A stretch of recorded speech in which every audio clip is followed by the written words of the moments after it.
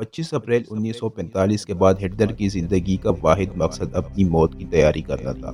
25 अप्रैल को उन्होंने अपने बॉडीगार्ड हैनिस लंच को फ़ोन किया और कहा, मैंने खुद को गोली मार ली है, तुम मेरी लाश को चांसलर के बाग में ले जाओ और उसे आग लगा दो। मेरी मौत के बाद कोई मुझे न देखे और न ही मुझे पहचान पाए। बॉडीगार्ड को उन्होंने मज़ीद ताकीद की कि उसके बाद तुम मेरे कमरे में वापस जाओ और मेरी वर्दी, मेरे कागजात और हर वो चीज़ जो मैंने इस्तेमाल की है इसे इकट्ठा करो और इस सब को आग लगा दो। सिर्फ इंटनग्राफ की फ्रेडरिक द ग्रेट की ऑयल पेंटिंग को हाथ मत लगाना। ये मेरा ड्राइवर मेरी मौत के बाद बर्लिन से बहिफाजत बाहर ले जाएगा। अपनी ज़िंदगी के आखिरी अय्याम में हिटलर 50 फीट ज़ेर ज़मीन बनाए गए एक बंकर में रहते थे। वो चांसलर के बाग में सिर्फ उस वक्त जाते थे जब उन्हें अपने प्यारे कुत्ते ब्लोंडी को टहलाना होता था। आखिरी अय्याम में हिटलर सुबह 5 से 6 बजे सोने जाते थे और दोपहर को उठते थे। हिटलर की ज़ाती माउन टोडी जेंगा आखिरी लम्हे तक हिटलर के साथ इस बंकर में थी। टोडी ने एक बार कहा था कि आखिरी 10 दिन हमारे लिए एक डरावने ख्वाब की तरह थे। हम एक बंकर में छुपे हुए थे और रूसी फौज हमारे करीब आ रही थी। हम बआसानी उनके फायरिंग बमों और बंदूकों की आवाज़ें सुन सकते थे। हिटलर बंकर में इस आस में बैठे थे कि खुदा उनकी जान बचाएगा, लेकिन एक चीज़ जो उन्होंने पहले ही वाज़ेह कर दी थी वो ये थी कि अगर वो जंग नहीं जीत पाते तो वो बर्लिन को कभी नहीं छोड़ेंगे और अपने हाथों से खुद को गोली मारेंगे। लिहाजा हमें मालूम था कि क्या होने वाला है।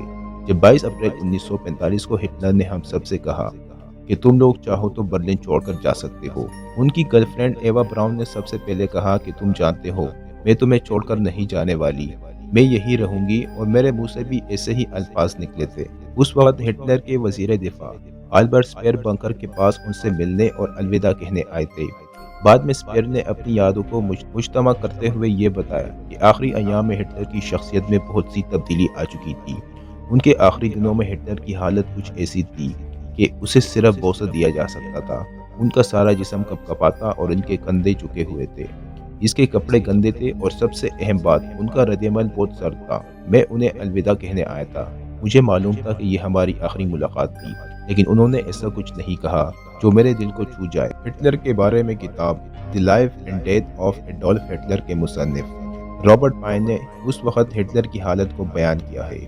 वो कहते हैं हिटलर का पूरा चेहरा सूज गया था और इस पर बेशुमार झुर्रियां नमूदार हो गई थी।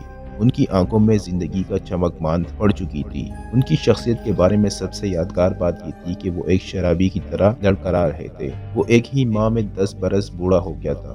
बंकर में क़याम के आखिरी दिन हिटलर ने एवा ब्राउन से शादी करने का फैसला किया। The life and death of Adolf Hitler किताब में मुसन्निफ रॉबर्ट पाइन लिखते हैं कि सवाल ये था कि इस शादी का इंतजाम कौन करेगा।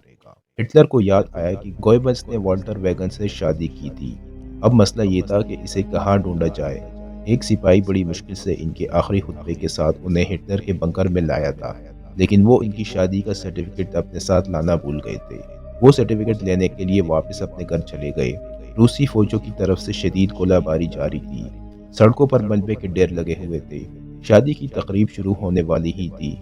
गोएबल्स ने बतौर हिटलर के गवाह के दस्तखत किए, जबकि बोरमैन एवा ब्राउन का गवाह बन गया था। इनकी शादी के सर्टिफिकेट पर 29 अप्रैल की तारीख दर्ज थी, लेकिन ये तारीख गलत थी क्योंकि रात के 12:25 का वक्त था।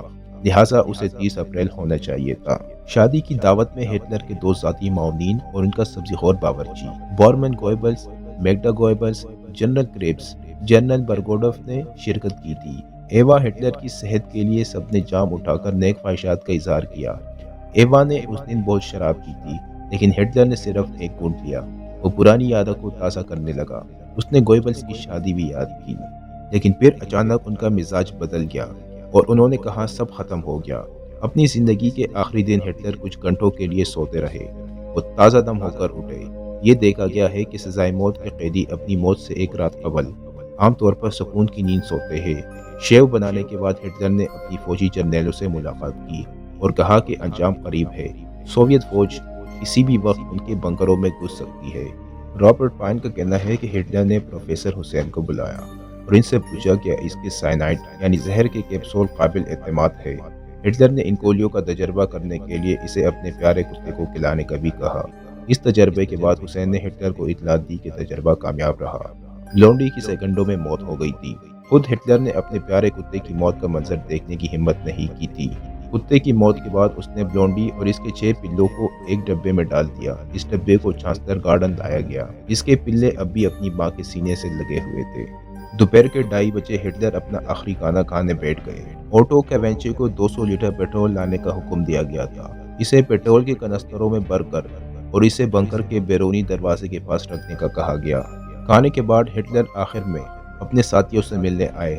انہوں نے آنکھیں چار کیے بغیر ان سے مصافحہ کیا۔ اس کی اہلیہ ایوا براؤن بھی تھی۔ ایوا نے گہرے نیلے رنگ کا لباس اور اطالوی موتیوں والے جوتے پہن رکھے تھے۔ ان کی کلائی پر پلاٹینیم کی گھڑی تھی۔ پھر وہ دونوں اپنے کمرے میں چلے گئے۔ اس وقت جب حالات بہت سنگین ہو گئے، میگڈا گوبلز نے چلا کر کہا، ہٹلر کو خودکشی نہیں کرنی چاہیے۔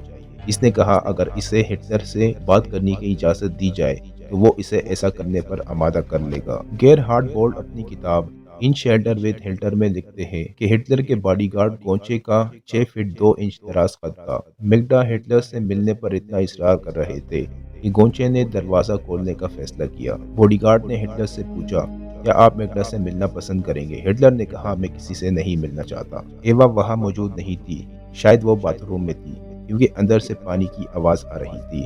اس کے بعد انہوں نے دروازہ بند کر دیا۔ ہینس لینڈ جو دروازے کے باہر کھڑا تھا نہیں جانتا تھا کہ ہٹلر کب خود کو گولی مار سکتا ہے۔ اس نے بارود کی ایک ہلکی سی بو محسوس کی تھی۔ روگزاس مچ ہٹلر کے بنکر میں ٹیلی فون آپریٹر تھا۔ انہوں نے کہا تھا، اچانک میں نے کسی کو یہ آواز دیتے ہوئے سنا۔ اب ہٹلر نہیں ہے۔ ہو سکتا ہے کہ انہوں نے گولی چلنے کی آواز سنی ہو، لیکن میں نے کچھ نہیں سنا۔